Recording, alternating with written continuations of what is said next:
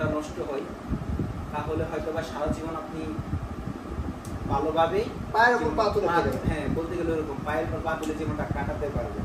ঠিক আছে, content creator হওয়া অনেকটাই বেশি কষ্টকর। সবসময় ট্রাই করবেন বেস্ট ভিডিও বানানোর জন্য, সবার থেকে ইউনিক কন্টেন্ট কিছু আপলোড করার জন্য। ইউটিউবে ভাইরাল হবে না কেন? অবশ্যই ভাইরাল হবে। শর্টস হোক বা লং, যে কোনো ভিডিও বানান ভাইরাল হবে, কিন্তু সবার থেকে ইউনিক কন্টেন্ট আপলোড করতে হবে।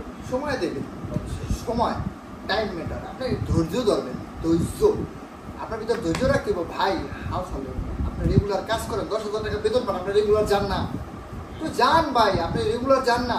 একদিন মিস করলে কি আপনার কি বেতন কাইট করে দিবে টাস করে? এবারটা 2 দিন মিস করে 3 দিন যাবে না, তুই তো রেগুলার কাজ করে বেড়ে তোরা লাগবে না।